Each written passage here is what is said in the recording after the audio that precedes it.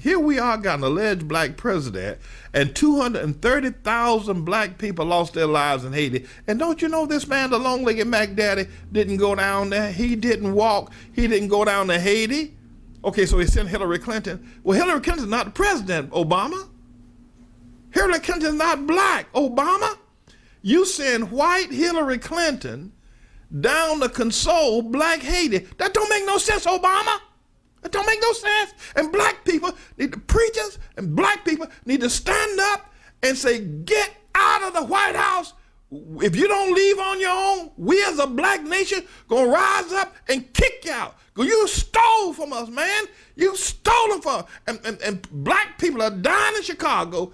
230,000 people died in Haiti, and you sent white Hillary Clinton down there. She ain't the president, and she ain't black.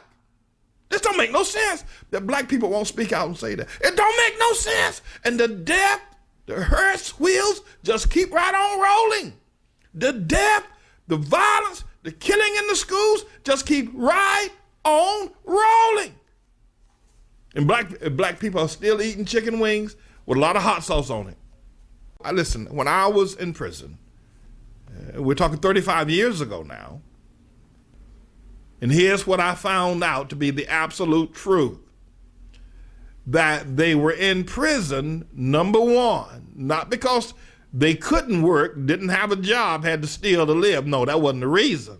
Reason number one was the seething, the boiling hatred that these black men had for white America. Number one reason why they were in prison. The number one reason that could be found among the thousands of black men I talked to over the period of 3.5 years, 24 hours a day, not being able to go home, just talking to them. The seething and boiling hatred, and also they learned this seething, boiling hatred for white America from black preachers, from black leaders, from black politicians, from black movies, from black literature, from black music, from black songs. They learned it. Here, please listen to me. Before the advent of heavily black movies like Superfly and Shaft and many of the other black hustler movies, the drug dealing, before that, you go back before the rap music, before the advent of Jesse Jackson, Huey Newton, Bobby Seale, the Black Panthers, the black movement, the Mau Maus. If you look at black America before the introduction of Superfly, the introduction of Jesse Jackson, the introduction of the Black Panthers, you will notice that black people didn't hate and they didn't go to prison. They stayed at home. They raised their children. Okay, so they worked on low-end jobs. But I'll tell you the truth. Those black men that were in prison working for $1 a month in Rayford Prison would love to go back and pump gas for $10 a day. They'd love to get $10 a day and at least come home at night rather than $1 a month if they could get that in any prison as a sense of pay. Listen, you got to, and this is the truth, but this is the truth that you're never going to hear from Jesse Jackson. You're never going to hear from T.D. Jakes. You're never going to hear from these lying black preachers. You're never going to hear this truth from the black politicians, from Sheila Jackson Lee, from Maxine Waters and John Conyers and Charles Ranger, and you're never going to hear from the support system of people like Jamie Foxx in the movies and all that perverted movie crowd, the Eddie Murphys and all that. You're never going to hear it from them. All you're going to hear is more of the seething, more of the boiling hatred for white America that has destroyed the black man he had the opportunity to hate and has killed him. It has destroyed him. And so you got these thousands of men locked away in these warehouses, these concrete jungles, these concrete and steel houses locked away because the leaders have told them. And then here's what the worst part of it is this. Those like the Jesse Jacksons and the Al Sharptons then get a lot of publicity for teaching black folk how to be destroyed, and they make many mega bucks and the media supports their idea of it, it is ridiculous. Just like I said before, listen, right now, ABC, CBS, NBC, they all ought to be running specials on why is it that an 8.8 earthquake can hit Chile and only less than 1,000 people die, and a 7.0 earthquake hit Haiti and 250,000 die. That ought to be a question. Why is that so? Why is it that black people build such shabby houses? Why? Why is it that black people can't build a house as good as the people way down there in the tip of South America in Chile? Why? Why is it that black people can get billions upon billions upon billions of dollars of aid going into Haiti, and it all comes back here to America, and it doesn't benefit the Haitian? Why? That's what they ought to be examining right now. And they ought to be looking at the fact that the black leadership in America all ought to be put on trial. And then ultimately ought to be looking at the fact that this so-called long-legged half-breed, this quasi-Muslim freak, this long-legged Mac Daddy called Obama is the worst thing that could ever happen to black people. And black people ought to stand up and demand that he leave. Demand that he and the fist bumper, Michelle and Malia and Sasha and mother-in-law Robinson all ought to march out of the White House. Black folk ought to surround the White House and don't let nobody come in or come out until Obama leaves. Get out of there. You're destroying us. Here you gonna send white Hillary Clinton down to black Haiti. You're gonna send white Bill Clinton down to black Haiti to console them, and you're supposed to be the first black president. It don't make no sense. And then black people are still lapping this up, still eating their chicken wings with hot sauce and drinking their liquor. So here's the deal.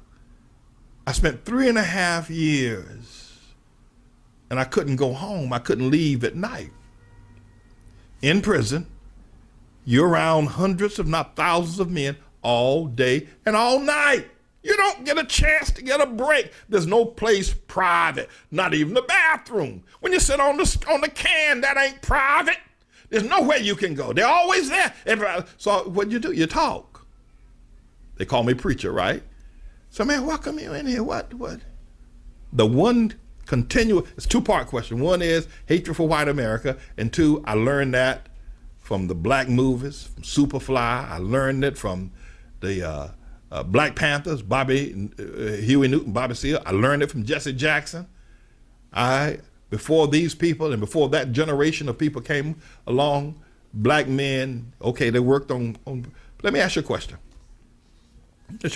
Would it be better for a black man to work, as an elevator operator, maybe make $200 or $300 a week, come home, take care of the children, and be there for his boys and his girls, and as had done for the past 100 years, put them through college even on $300 a week? Or would it be better for, and even though the white man may be holding him down, as it were, or would it be better for him to go out there and sell dope to his own black children, his own black cousins, get caught, have the Rockefeller law put him in prison for the rest of his life, and New York State pay him $1 a month, and his children go on welfare? You tell me which one is best. Because what Jesse Jackson teaches, what Jamie Foxx and what the movie star and all the black leaders, what they teach, causes him to sell drugs to his own cousins, to his own children, because they glamorize it, Spike Lee and all that crowd, and he ends up in prison. And his children end up on welfare. And his son, by the time he's 14, is in the penal system as well. Or what I teach and what Booker T. Washington taught. Work hard. Let down your buckets where you are. Do the best you can. Stay together as a family. Lift up your hands and ask God to hear you. Ask God to help you. Take that $300. Send your children. Pray. God will make a way. And even if the white man is so-called, which he wasn't, if the white man is so-called prejudiced against you, at least you're home, you're getting $300 a week, you're being employed, your children not on welfare, your daughter's not pregnant, your boy's not in the penal system, you're at home, you're a daddy, you're seeing your children graduate from college. Now, which do you think is best? I'm preaching the latter, myself and my hero, Booker T. Washington. But yet y'all with Jesse Jackson and Jamie Foxx and Spike Lee and Louis Farrakhan and Barack Hussein Obama and all the rest of these niggas, all the rest of them, got y'all in prison, destroyed.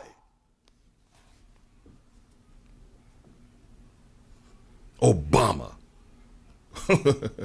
You talking about, listen, I would not be surprised you don't see black church people hanging up. That's what they call in prison committing suicide.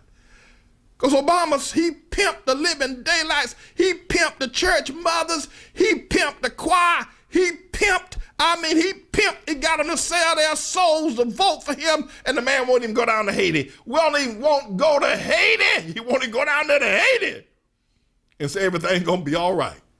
You know, it's not worth his time.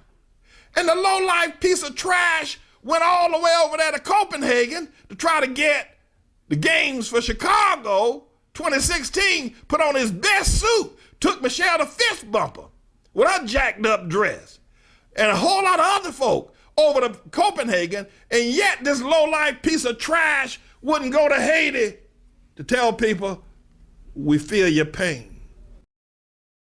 Allah. That's what God said. That's what God said.